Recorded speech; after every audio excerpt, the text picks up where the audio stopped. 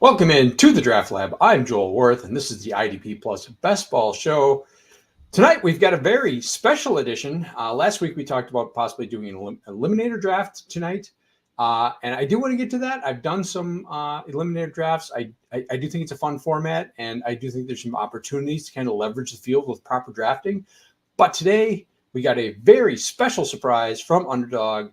The Puppy Butt Superflex was dropped this morning at about 10 o'clock. So it's been open for about 12 hours and drafts are firing. I've done a couple drafts myself. And I think there's some opportunities for leverage here. I think there's some rule tweaks, obviously, that make this a little bit different. And some real opportunities to kind of take advantage of these drafts early before people kind of get the feel for it. So I want to go over these drafts or go over this format and go through a draft and see how we draft Superflex, see how much different it is than a standard Best Ball Mania type one quarterback draft. So let's go over the specs of the draft itself.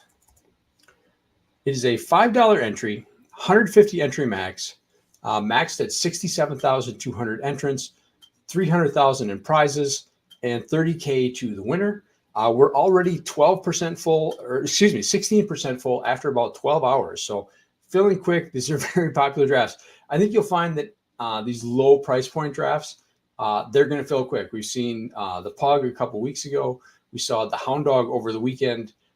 These low price point drafts have filled very quickly. Both of those went completely full inside of 12 hours. So got to be paying attention. These drafts fill quick. I think this will probably last maybe a week at best. So you want to get into these as soon as you can. The advancement rates is 2 of 12 after 14 weeks. So 2 out of each draft go on to the playoffs. And then 2 of 10 advance after week 15. So you don't have to be the top scoring team in your group. 2 teams out of your 10 team group are going to advance. Then it's 1 out of 8 from week 16 to 17. And then finally a 280 seat final. So it is a big mass entry final. So we do want to involve some stacking, but it's not overly tough to get to the final. You only have to go 2 of 10 and then 1 of 8. So decent advancement rates in this tournament. So this is going to be very popular. That's another reason we're going to be very highly entered. Now, let's talk about the scoring and the roster build, because this is, I think, the opportunity to leverage the field is going to come here. The scoring is standard Best Ball Mania scoring. So it's half PPR, 6-point scoring touchdowns, and 4-point passing touchdowns. So the roster is 20-man rosters, 1 quarterback, 2 running back, 2 wide receiver, 1 tight end, 1 flex, and 1 super flex, plus a 12-man bench. So the immediate thing that you need to pay attention to here is that you're only starting 2 wide receivers. So that in itself devalues the wide receiver position by a pretty significant bit. And it also devalues the tight end. And here's why. Since you're only starting 2 wide receivers, obviously you don't need as many. So that devalues the position a little bit. You're also it's going to devalue tight end a little bit because, we talked about, I think it was last week, we did a 2 elite tight end draft. Where we took Laporta and Trey McBride. And I said, when you have those 2 elite tight ends, you still have the opportunity for one of them to hit your flex. That's just not going to happen very often. Your quarterbacks in this format, your quarterbacks are your highest and most reliable scorers. So obviously it's going to fill the quarterback spot. It's almost always going to fill that super flex spot.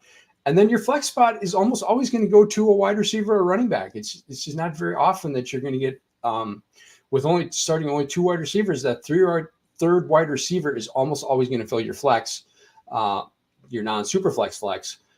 So that just takes away the value of doing double elite tight end. Still, you can do 1 elite tight end and get a tight end later. But I think that just devalues the tight end position a little bit. So I think this is where you're getting your leverage in against the field. Is I don't think that the field has kind of caught on to the importance of quarterbacks and how much you need to devalue the other two positions. Running back isn't going to change much. Still not going to go, I'm still going to go receiver heavy early after the quarterbacks, primarily. I'm not going to do a super zero build because because the receivers have lost their value because of the lack of that third starter. So it just kind of brings the running back closer to the receivers in value. So I'm not going to go like hard zero RB like I typically would at a normal Best Ball Mania draft. The other thing that's going on here is that ADP just doesn't exist. This is the first Superflex tournament of the season. So you're kind of basing it off the ADP for regular Best Ball Mania drafts, one quarterback drafts, and that's just not, it's just not accurate. That's just not the way the draft is going to flow. So you really need to it's kind of the Wild West, right? People are drafting without an ADP to fall back on. So things get kind of out of whack. So you got to be very in tune to how you want to build your roster. So right now it is 20-man rosters. Right now I've done a couple drafts. I've done 4 quarterbacks on both. Almost always 2 within the first 3 rounds. Usually 2 in the first 2 rounds, and then seeing how it plays out depending on where I am positionally in the draft. But only doing 2 tight ends. It's a little, typically I do a 3-2 split between quarterback and tight end. Right now I'm doing 4 quarterbacks, 2 tight ends, and then 7-7, some combination of 7-7 receivers and running backs. So it's really a very different build than your standard one quarterback. And I think that's where, if you're doing it correctly, that's where you can kind of take advantage of the field. And I think there's going to be a lot of advancement coming out of these early drafts for the teams that know how to draft properly and know how to value the quarterbacks and can properly devalue those other positions. So I'm going to go ahead and start a draft. We can talk about that. These are filling fairly quick.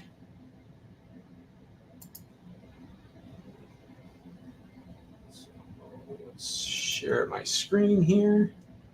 Okay, so we're a little bit early, but you can see it's filling fairly quick. While we're waiting, it is best ball summer, and that means the draft season is right around the corner. So go ahead, get ahead of the game right now with Trophy Smack's gorgeous draft boards, complete with player stickers so deep you couldn't possibly need all of them. And for the first time, Trophy Smack has an IDP expansion pack, perfect for us here at IDP+. We love the IDP. For all of us defensive nerds, check out the link in the show notes and get yours today. Great job from Trophy Smack. Love them. Great friends there. And they put out a great product. So we are waiting for one person. Almost full. There we go. We are full. So these drafts are firing right away. The eliminators have been taking a little bit of time to go off. We drew the 101. Only my second 101. I'm only 50 drafts in, over 50 drafts in, and this is my second one overall. Kind of like in a Superflex, I'd rather kind of be sitting at the bottom of the draft where I could get 2 really good quarterbacks on the turn, but not upset to be drafting 101.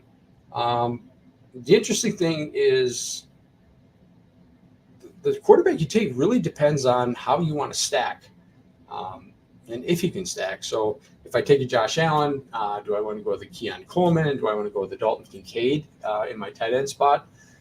Because I do want to spec. It's a 280-seat final, so I do want to have some stacks for Week 17. I think I'm going to take Josh Allen.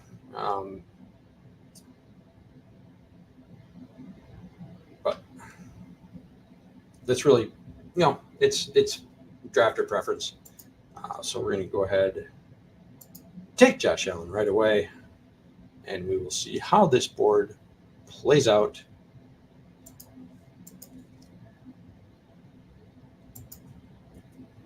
Bring up my bye-week tracker. Gotta have the ability to keep track of bye weeks. All right, taking a little bit to get going here. What do we got? 1, 2, 3, 4, 5, 6, 7, 8, 9 badges in the draft tonight. So good group of drafters we'll be going against. We'll see how this plays out. The earlier drafts I did not have this many badges, so we'll see if they have kind of a better idea on how they should be attacking this. We do see Christian McCaffery go at the 105, so that's interesting. I just think that's earlier than they should be going. I think you should be drafting heavy quarterback, again, because your quarterbacks are your best and most consistent scorers. So I want to draft those heavily. I think if a draft was acting rationally, if a league was acting rationally, it would basically be the first 2 rounds would be quarterbacks, and then you would kind of start the draft at the 301 from there. But that's not how it's going, obviously. I did a draft earlier where I took Joe Burrow, I think, at the 5, kind of thinking that I could get Jamar Chase on the comeback and be able to run that stack. Didn't happen. Chase won at the 12. So, and this draft is kind of playing right into my hands. Let's look at the board. So Allen Hurts, Lamar Jackson, Patrick Mahomes. No surprise, that's going to be your first 4. And then there's the drop-off. McCaffrey, Lamb, Anthony Richardson is the 5th quarterback, ahead of Stroud, ahead of Burrow, which is interesting. Tyreek Hill, and then Stroud goes at the 9, Chase at 10, Jefferson 11, fresh off the new contract. Congratulations to him, highest paid non-quarterback of all time. Bijan Robinson, Breece Hall, double running back on the turn. That's a very interesting strategy. We'll see how that plays out. Double receiver at the 11 spot with Jefferson and Amon-Ra. The 10 drafter takes Chase first and gets the Chase Burrow stack. So that worked out for him. Very nice there. And then Jahmyr Gibbs, Kyler Murray, one of my favorites, goes at 17. Then Garrett Wilson. So let's look at the quarterbacks that are available. Let's see what we'll be looking at. Obviously, Jordan Love, Dak Prescott would both be interesting. Caleb Williams would be interesting. Jayden Daniels is going quite early. He doesn't get past kind of the middle of the 3rd. So Puka, Prescott, Jonathan Taylor, and we are 2 picks away. So this is definitely going to be quarterback here. Let's see how this goes. I might take a 3rd. I may go 3 quarterbacks here. And just kind of lock out that position. We'll see what happens.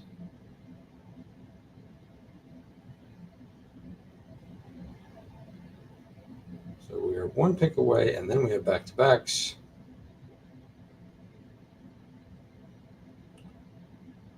All right, so I'm taking Jordan Love. Just nothing to do with being a Packer fan, just taking that 2nd quarterback. So what's the best players that are not quarterbacks? You're looking at Drake London, Saquon Barkley, Brandon Ayuk, Olave. So basically your 2nd round players are here. Man, I think it's so long until the quarterbacks come back. They're going to go off the board quick. I'm going to take Jayden Daniels.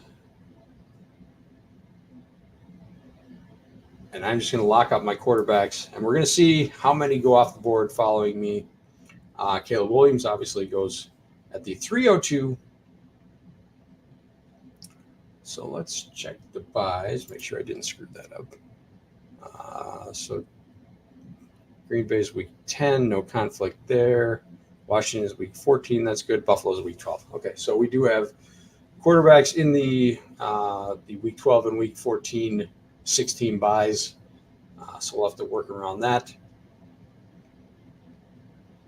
London, Barkley, Ayuk. So teams on the front end of the draft are obviously prioritizing non-quarterbacks. At some point, there's going to be a run here, and we will wait for it to happen. Purdy, Tua, Trevor Lawrence, Goff, Herbert. I would expect them all to be gone by the time we pick again.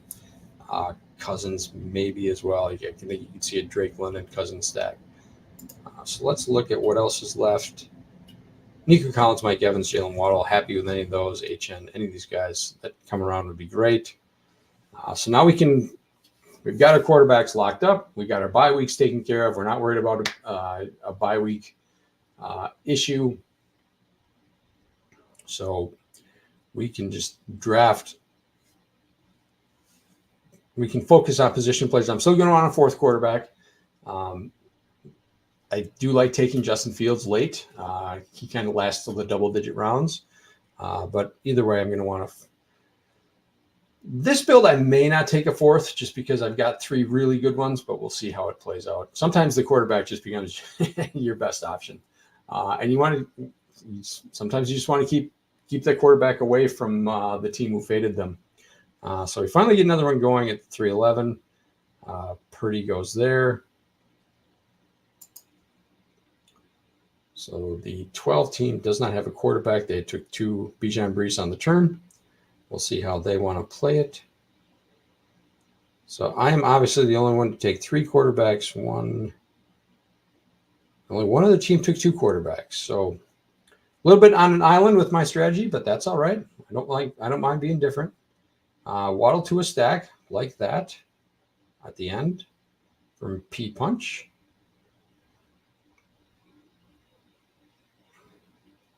You get a one quarterback team, one quarterback team, one quarterback team, one quarterback team, zero quarterback team, one quarterback team, one quarterback team, one quarterback team. So I would expect there to be a run on quarterbacks coming up. HN goes at 38. So you can see how much the ADP is affected by the influx of the quarterbacks in the Superflex. HN Kyron typically go around that 2-3 turn, around the early 20s, something like that. Now they're in the late 30s. Definitely waiting for. It's going to take a while for the ADP to catch up. You need enough Superflex drafts to kind of churn the waters a little bit with your with your Superflex players. Sam Laporta goes there. First tight end at 41. Trevor Lawrence went before that. No stacks. You get Stroud, Lawrence. You get Gibbs and Nico, or the Stroud-Nico stack there. Pittman. It's a very interesting draft. This is the I thought the other two drafts I did, the quarterbacks went too slow, and they're going even slower here. So very interesting draft. I may have misplayed a little bit on the one, but again, I'm happy with. This is the way I like to draft, so I'll make do. I'll be okay. Not stressing there. Jared Goff goes at 44.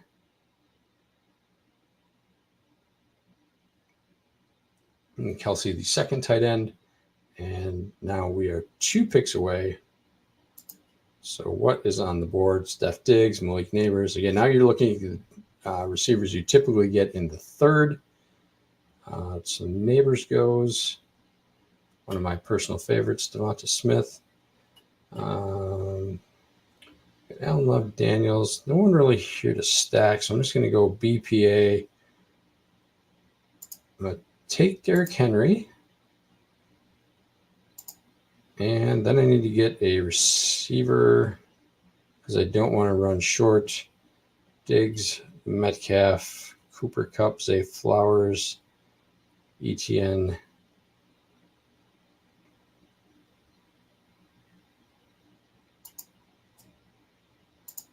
I'm just going to take a Steph Diggs share. So I get my first receiver, get my first running back. Obviously, Henry, someone I like quite a bit. Diggs, I'm nervous about. Let's say that. I just don't think that that if you consider Diggs' ADP and Tank Dell's ADP, which is going in kind of the early fourth, sliding it up to the late third in One QB leagues, I just don't think there's enough volume in that offense and you've also got Nico Collins, who's going in the top 20-ish. I don't think all three of those can be right. I think you would probably need like a 60 touchdown offense for all three of those ADPs to pay off. So I think Diggs is probably the one, but it could be Tank Dell. So I think it's a little bit of a guessing game, but I'm very light on Steph Diggs in my portfolio because of that. Just when he gets to where he typically goes in single QB, which is, again, early 20s, right after Nico Collins, right around the 2-3 turn again, early 20s to 25. There's just other receivers I like better that I feel better about in that area if I have picks in that area, like Jaylen Waddle, Mike Evans. So I just haven't taken a lot of Steph Diggs. This may be my first Steph Diggs share, to be honest with you. So okay, adding that to my portfolio, just because I think there's just so many. I think his ADP in one QB is just too high for my liking. There's just other players that I think are safer there. But if he's going to fall this far, not opposed to taking him there. So now we're going to start to see the quarterbacks go a little bit. So after Diggs went, Herbert, Flowers, Cousins, Metcalf, and now you get a QB run of Stafford, Rodgers, and Mayfield. Man, I see. This is where you really need that again. You need that quarterback. You need those consistent, high floor, high ceiling, super flex weeks. And I don't think those guys give you that. I think there's just too much inconsistency to be comfortable with that. Stafford is that team's first QB. That's just not the way they drafted 4. So Lamb, Puka, Adams, DJ Moore. So they took 4 receivers. Again, you can only start 3 of those. So they took 4 receivers before their first quarterback, and you can only start 3. So again, this is where I wonder, are people kind of paying attention to the rules? Are they seeing that you can only start 3 receivers? You can start 4, obviously, you can start a 4th receiver in your super flex, but you don't want to, right? You want to have the consistent QB scoring to go into that super flex spot, especially in a league like this where the QB scoring is going to be at a premium. So I think that's a strategy that I would not be comfortable with. Now, maybe it works. We'll see. But like I say, I would much rather take that 3rd elite quarterback and just know that I've got elite quarterback scoring every single week for the quarterback position, for the super flex position. I'm going to have leverage on the league in those spots, assuming obviously that my guys pay off. But Josh Allen, obviously the number 1 scoring quarterback last year. Jordan Love was the top 5, something like that. 2nd in the league in touchdown passes. And Jayden Daniels gives you, we expect him to win that job right away and give you that rushing floor. So I think I'm going to have a lot of production in the 2 QB spots, and I think that's going to give me a big advantage over the field, especially in this league where people just did not take quarterbacks.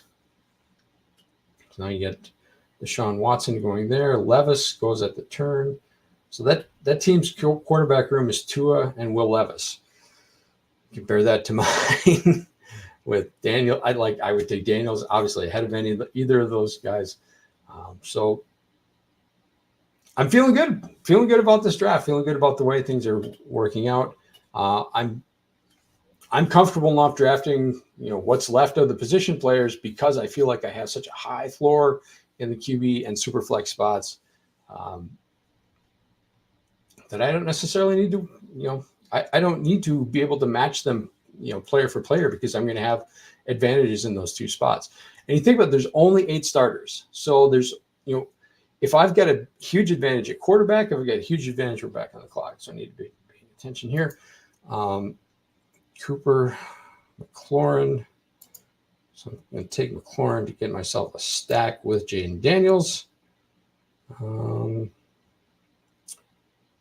James Cook is interesting. I don't really like him with Allen because I think they kind of clash a little bit. Jayden Reed would be a stack with Jordan Love. He and Cooper have the same bye. So I'm going to grab the Reed stack. Getting back to Buffalo, I think there's too much competition, touchdown competition between Allen. Allen's the default goal line back. So, and touchdowns are a priority, right? This is half PPR. Touchdowns are very important. So I don't really want to pair Allen with James Cook. I'd rather pair Allen with a Kincaid who's already gone, or a Keon Coleman, something like that. He's someone we could start. Don't think he'll come around, but someone we could look at. And we don't need, we don't need to jump on running back. We've got Derrick Henery. There's still going to be plenty left to go. So my receiver room is fine. Steph Diggs, Terry McLaurin, Jayden Reed. Not upset with that at all. 2 stacks with Daniels and McLaurin, and Reed and Love. Would like to be able to stack Allen with Coleman, but not a priority. So Cooper goes right after. Obviously, he was at the top of the ADP list. And then Cook again and Hollywood Brown.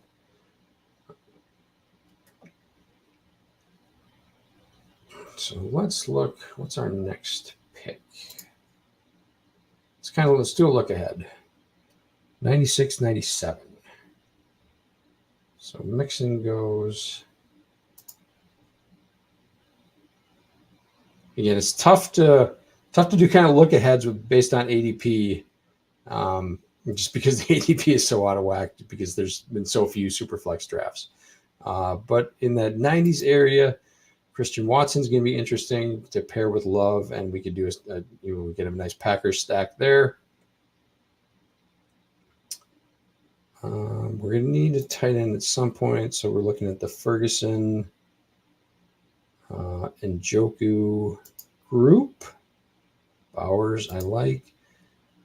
Do have a little bit of a week 10 bye issue because the Packers are on bye week 10. So Jordan Love, Jayden Reed, and we've got the week 14 bye issue.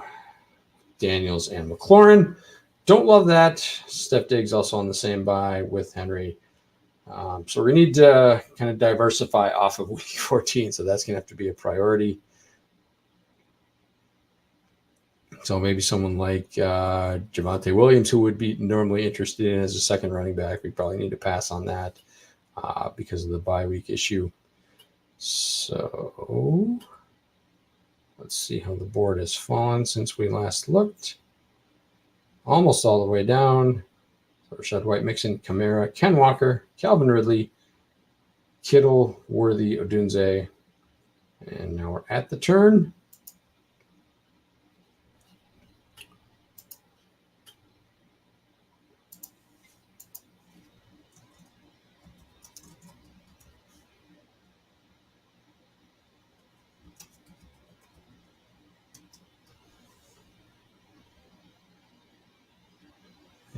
Addison goes. So we are 10 picks away. Kaki Godwin would be interesting. Get an open bye week there. Evan Ingram would be interesting. We need a tight end. And again, I want to kind of swim in these middle tier tight end waters, the Fergusons, Njoku's, Bowers, Ingram, Musgrave would be interesting here in this build since we have Love. We could do a big Packer stack like that matchup against the Vikings in week 17. So he's interesting. Goddard would give us some bye week optionality. Ingram just went, so that takes him off. We're 6 picks away, so we're getting close.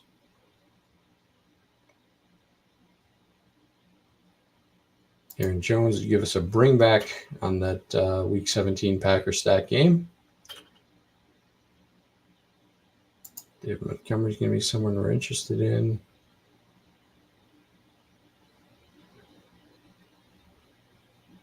So I do want to get a tight end here on this turn coming up. Don't want to let that slide anymore. Otherwise, you're kind of looking at two kind of undesirable ones. So we're in round 8, coming up to the turn 9. And you can see at this point, like the starters are running thin. Bryce Young, Derek Carr, Drake May, Justin Fields / Russell Wilson, Minshew, Bo Nix. They're starters here at this point, but they're going to go quick, and they're, obviously not the desirable starters. Just not the kind of guys you feel good about putting in your super flex. So Bowers goes. I like Bowers quite a bit, but he does have the week 10 bye, which kind of conflicts with my Packer stack. Don't have much week 12, so I'm okay with Coleman. Get that stacked with Josh Allen. Like that.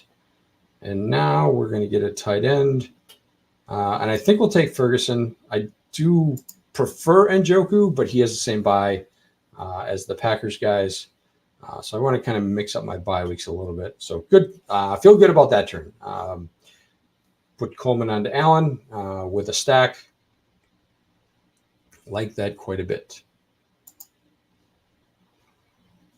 So now this team is starting to take shape. Again, Allen, Love, Daniels, solid at quarterback. Henry's solid as a lead running back. We're okay. We're going to start coming up on the running back sweet spot where you can get the 0 RB guys and 1 QB. So those guys are going to be coming up. Reminder: Stevenson is on the board. Zamir White, Najee Harris, Jonathan Brooks. We'll see if any of these guys come back to us. Jaylen Warren, Zach Moss, Connor. Just clicking all these guys into the queue because they're all going to be of interest to us. And if Njoku comes back, he's still interesting. Njoku or Musgrave as a second would be okay because they don't have the same bye week as Jake Ferguson of Cowboys. Dallas's bye week is week 7, so just Chicago, Dallas that week. So that's advantageous to us that we're not, we don't need to be hyper focused on bye weeks. We just don't want to take our entire team off the field, right? Just overload on one bye week and really kind of, basically take a hard 0 in a given week. We don't want to do that. So we need to be cognizant. Don't want to spread ourselves too thin in a given week.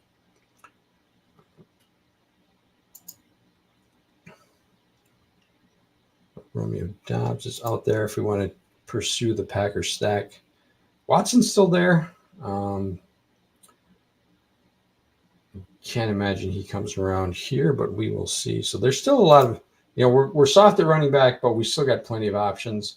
For receivers, I'm fine with. Diggs, McLaurin, Reed, guys like high floor guys should be putting up solid numbers every week. And then we got the Coleman 2 stack with Josh Allen in week 17 when we have that 280 seat final. Also have some options. Khalil Shakir if we want to extend that stack a little bit. But we'll see how that plays. So the running backs have started to go since we took Ferguson, Swift, interesting, Rashee Rice, Najee Harris, Zamir White, Bryce Young, another quarterback, bites the dust, Jonathan Brooks, Brian Thomas, pretty similar guy to Christian Watson. So if Thomas is going to go, then Watson is going to go soon.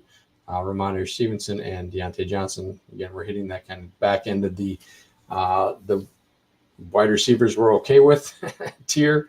Njoku goes, and then Watson goes on the turn, so no surprise there. And then Mostert goes Tight end is getting thin. We may have to kind of prioritize Musgrave here if we want to get a second, either him or Goddard. I'm not sure Goddard's going to make it, but we will see. I'd rather take Musgrave and just kind of load up on the Packers for Week 17. But we do have some other stacks, so we're okay. Running backs I like, still coming in there. Warren, Connor, Benson, Singletary, all guys I'm fine with as an RB2. So Zach Moss went. Still 9 picks away. It's the hazard of picking on the end, right? You got so long to go. Just so many guys that you like are going to disappear before you get a chance to pick again. So one of the downfalls of being on the end. You got to start your own runs. You got to create your own. Force the draft. You've got to take the players you want because it's 22 players, 23 players until you get to pick again. So you've got to dictate the draft. You've got to force tempo, take the players that you need. Don't worry about ADPs. Just fill your spots, take the guys you need, and move on. So Jaylen Warren goes. We need to get a running back here, and then one of these 2 tight ends, hopefully. We'll see if they're still there. Quarterbacks left, Carr, May, Fields, Jones, Nix. Carr goes. It's just as we're talking about it. Again, I don't want to have to take a 4th because I've got, I think I've got really good ones, so I don't really want to take a 4th in this build. Might have to take a 3rd tight end, but we'll see how it plays out. We may have to kind of focus on running back as well. But that's the trade-offs you got to make if you want to commit to quarterbacks like I do, and that's what makes me feel comfortable because it gives me that high base, high floor in the flex and the super flex and quarterback spots. I feel like I'm putting in 40% of my team scoring is going into those 2 positions. I feel good about the guys I have filling those spots. So, a lot of people aren't drafting 3 quarterbacks right away. That's the way it is super flex. I want to go heavy quarterback. This is the way I've always been. That's what I'm comfortable doing. So we're going to tap Devin Singletary here. Not super exciting, but as a second quarterback, we're good. And I think we'll take the stack with Musgrave. I'm just not a Goddard fan. I really only want to take him in Eagle stacks. He goes right after Musgrave. So we were looking in the right direction.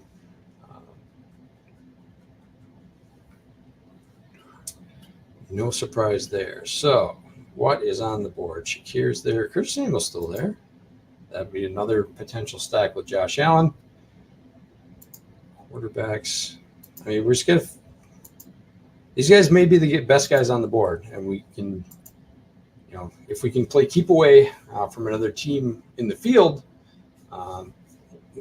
that can help you at advance time. If you're close to one of those teams, taking that quarterback option, taking away a Fields, even though I don't necessarily need them, kind of playing keep away can be, if they're the best player on the board and they're the highest upside player on the board, which Fields could be at any given time. If he gets a job, he's got that super high rushing floor. He's got that super high upside. You may want to take him just to play keep away from the rest of the teams in your league if they are not prioritizing quarterback. So, all right, let's look. What do we got here? Spears, love that. Can't imagine he comes back. Chase Brown. Week 12 bye. So that's just the Buffalo guys that have the week 12 bye. So that's not really a problem. We're okay there. Henry and Singletary week 14, week 11 on their bye. So that's what we need to worry about with our receivers. Obviously, Eckler and the Washington backs probably get pushed out. Okay, so Fields goes. So I think quarterback is pretty, yeah. So you're looking at Taysom Hill. So quarterback is done. We can close that out. We've got our 3. We are good to go. Good luck to everyone else. All right. What do you got? Corum is interesting. Zeke Elliott. Dontayvion Wicks, if we want to really go deep into the Packer stack. It's interesting how close Wicks is creeping to Romeo Doubs. Those ADPs are really pushing against each other. Doubs is dropping. Wicks is moving up. He's usually going in the 120s now. When we started the post-draft drafts, his ADP was in the 140s. It's moved up almost a full 2 rounds. He's going in the 120s now in 1 QB. So he's really pushing Doubs. I would not be surprised if he kind of surpasses Doubs. Doubs goes here, as we're talking about him, at 134. In the 1 QB drafts, I would not be surprised if, by the time we get to the season, August, September, if Doubs' ADP kind of surpasses Romeo, or like Wicks' ADP surpasses Romeo Doubs, excuse me. Wicks is just he's the hot player, right? He's the hot sleeper. He's the guy that you got to be aware of because everyone else in your league is. And it's that offense they're really kind of they've turned into a better in best ball offense just because so many players that are similar talent levels all do different things, all can play different positions, but they're all very close in talent. So you just don't know, and there's so many of them, right? You've got Doubs, Wicks, Watson, Reed, Musgrave, Kraft. All of them on any given week can be the main target. They can be taking shares, splitting touchdowns. So it's a really tough. Plus, you got Jacobs. You got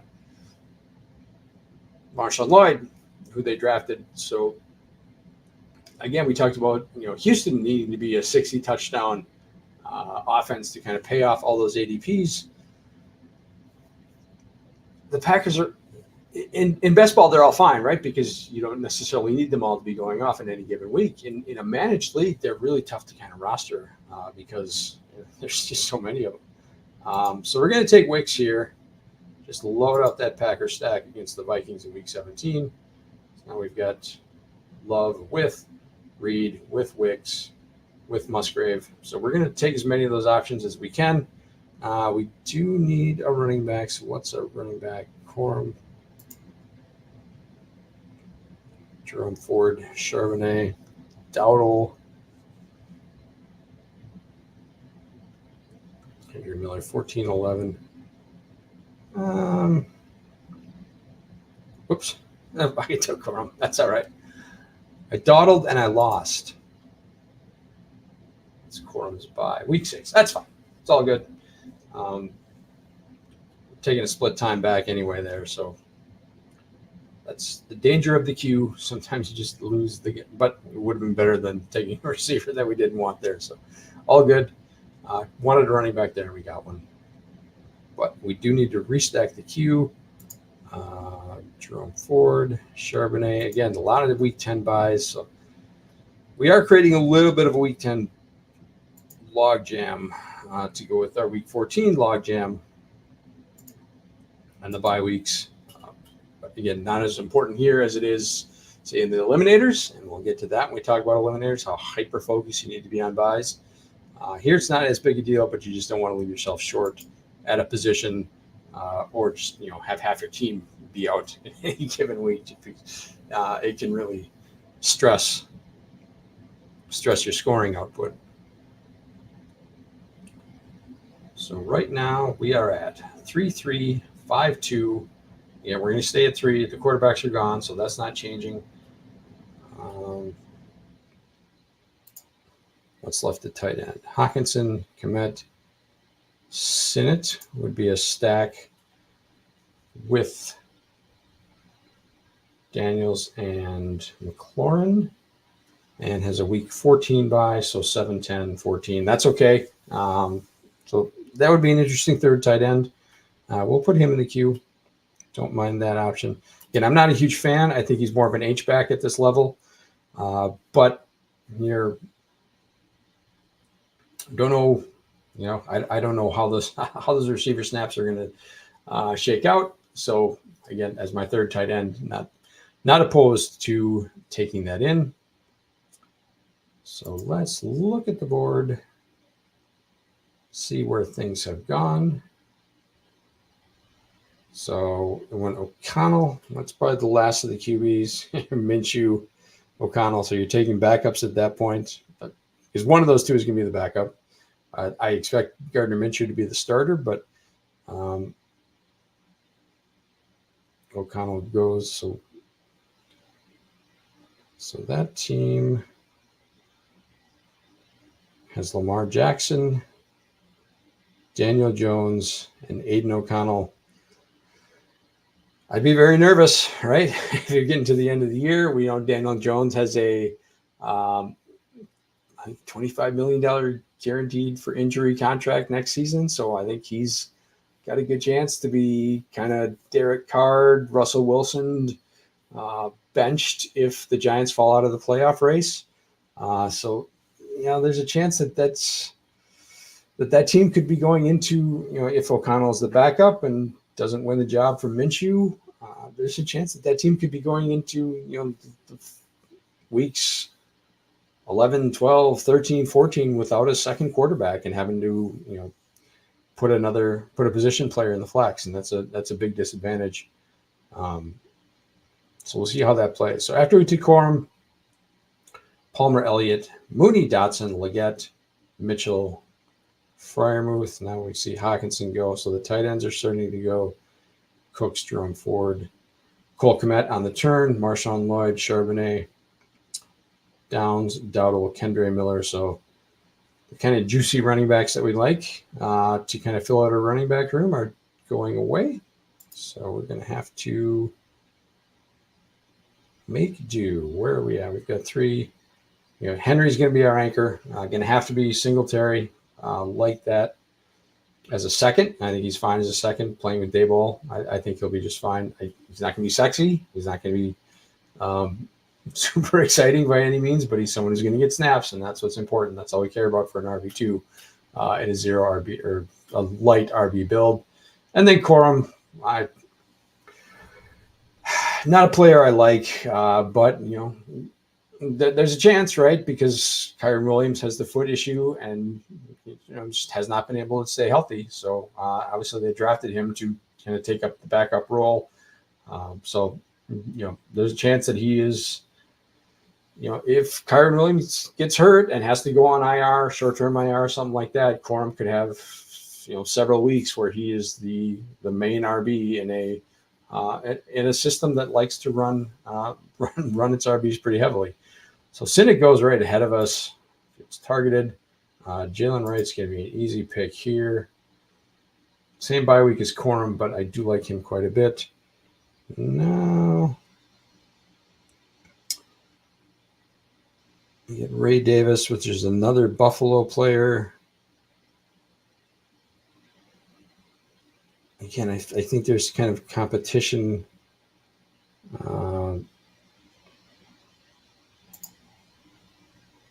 With Allen for touchdowns, but I'm going to take the shot just because there's really nobody I like here. Vidal is interesting, but I think Davis is much more likely to have a role there. So we are in round 15. Vidal goes right away. So again, we're looking in the right area. 3-5-5-2. Would like to add another tight end. So we'll see what comes to us. We're 20 picks away. So that's going to put us in the 190s. So let's look ahead, see what's going to be there. Herbert, Tracy to go with Singletary would be interesting. Then pretty good chance to lock down that job. Likely as a third tight end. I'm okay with that. Noah Fant as a third tight end. No, he's the same bye week as Musgrave, so I don't want that. Not interested. So we're going to take him out of the queue. Roshan, the old reliable standby. Week 7 bye, so that would fit. So he's someone. He and Herbert probably need to go right to the top of the list because they have good bye week compatibility with the running back room we've built. Any stacks left? Again, we've pretty heavily stacked the Packers as much as we want to. Not really looking to add Bo Melton at this point. Josh Allen, Daniels, is McCaffery out there?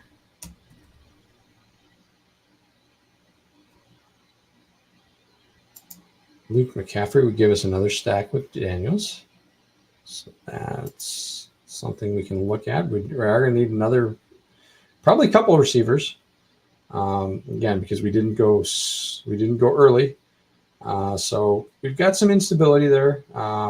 Diggs, McLaurin, Reed, and Wicks with the Packer stack. So you figure one of those is going to be good in any given week. But again, not super certain. And then Coleman, who's a stack with Josh Allen.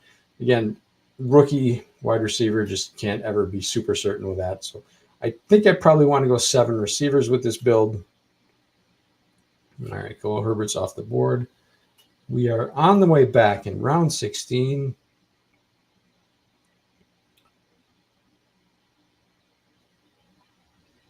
Juwan Johnson, someone I like quite a bit as a tight end option.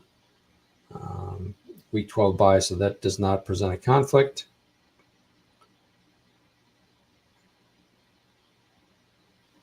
All right, so let's Chig Okonkwo, also interesting. Foreman, my pet project.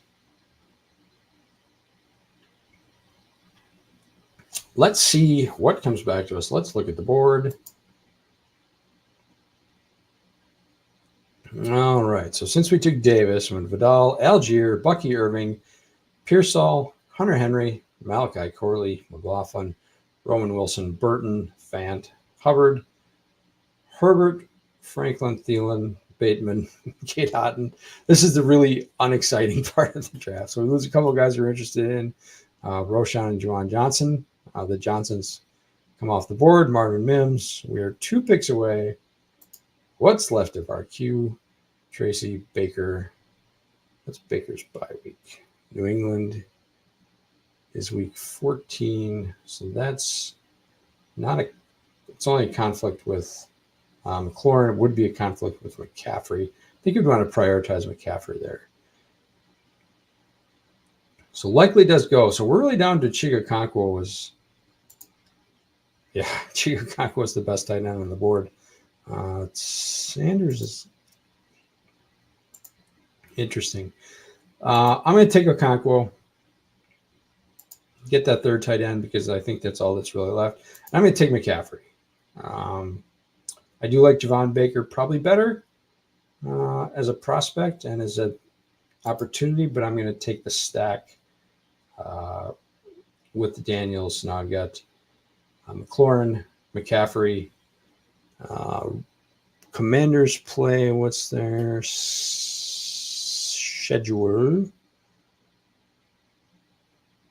So at New Orleans, dome game in week 15. Against a defense I don't think he's very good. Like that. Philly at home.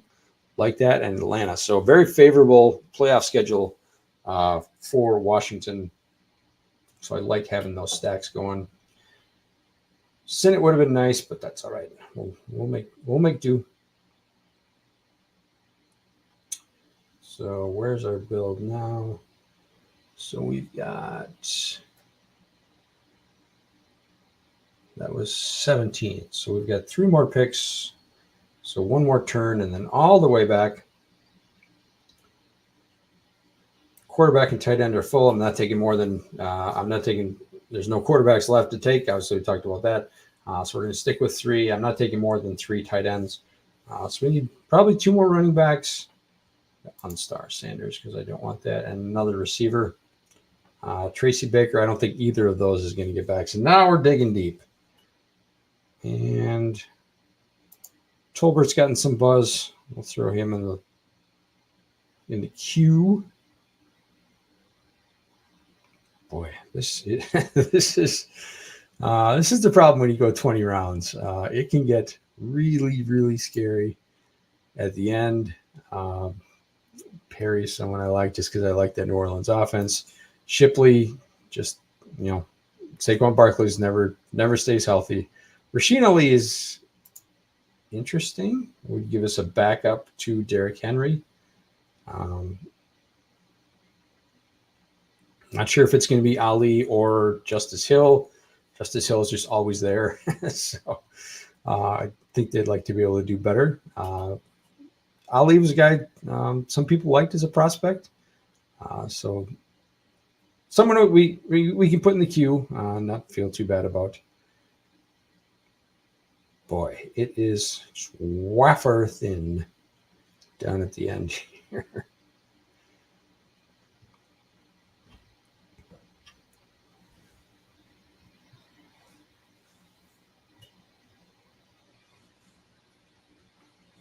Baker goes, Tracy goes. So we are into the dregs with 3 more picks to make.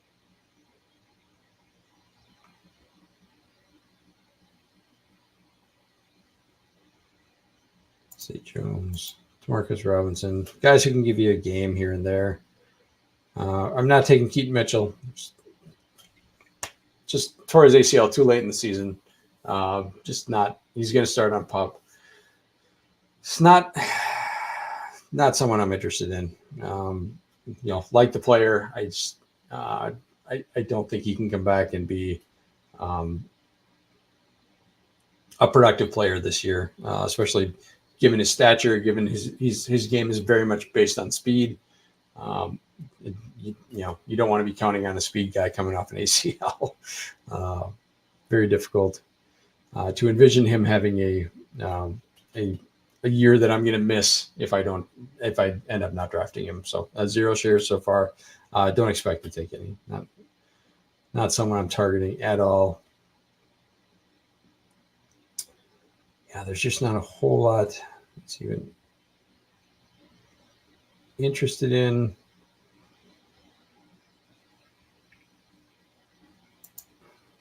Jaylen Hyatt's a best ball guy, but just not a very good one. Braylon Allen would be a handcuff running back at best.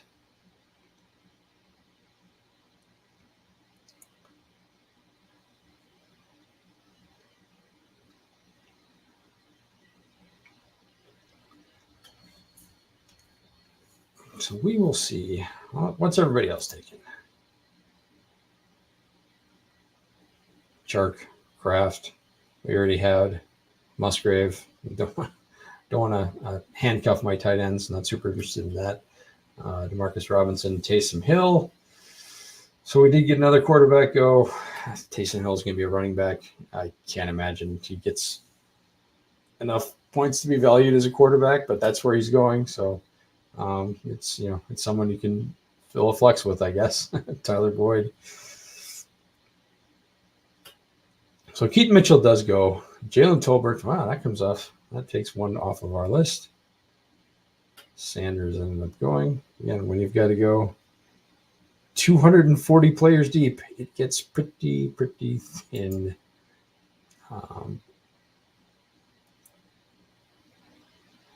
2 picks away. Madison goes. Just not someone I'm interested in, even if didn't do anything with his opportunities in Minnesota. So Zay Jones goes. I'm going to take Perry. Like the offense. I'm going to take Shipley. Let's give myself an option. So 3, 6, 7, 3. I'll take Hyatt off my list. So it'll be one of these 2 for my 20th pick. We'll wrap it up there. I'm not going to subject you to watching the rest of this, the dregs of society come out the field. So let's take a look at the team real quick.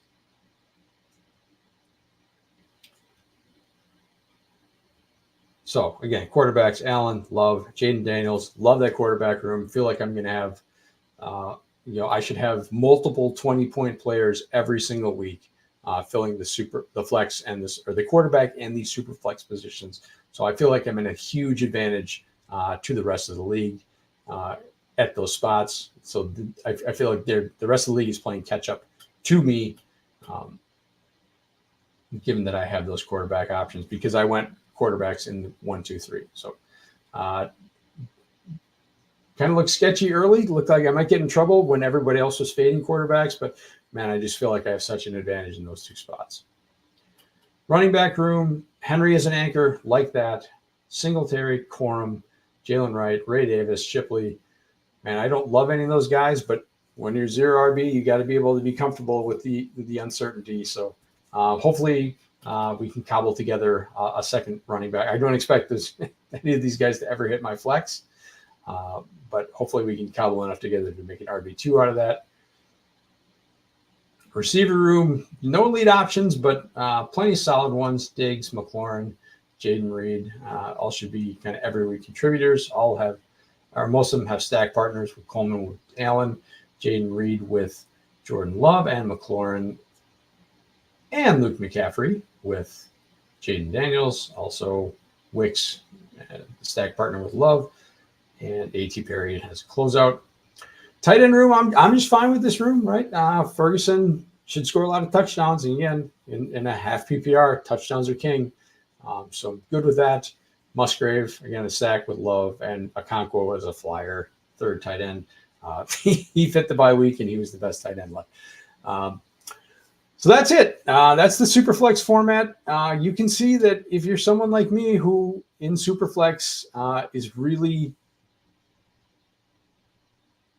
kind of focused on the quarterbacks, it's a draft environment that is very much suited, at least right now, very much suited to be able to draft how you want to and feel like you can have advantage on the league. So I get into those Superflex drafts. I don't know how long this puppy's going to stay open if we're already at 16% after about 12 hours. So get in there, get those drafts done. No show next week. I'm going to be traveling to the land that technology forgot. I will be in the North Woods of Minnesota, visiting some relatives. Got a graduation going on this weekend. So no show next week, but we will see you in 2 weeks. We'll try to get that eliminator done. Like I said, it's a format that I really enjoy. And I think there's some real leverage opportunities on the field. So next time we talk, we will go through an eliminator. Until then, have a great week, and we will talk to you next time. Thank you for watching the IDP Plus YouTube network. If you enjoyed this video, give it a thumbs up and don't forget to subscribe to our channel. Be sure to tap the bell icon to get notified whenever we upload new content.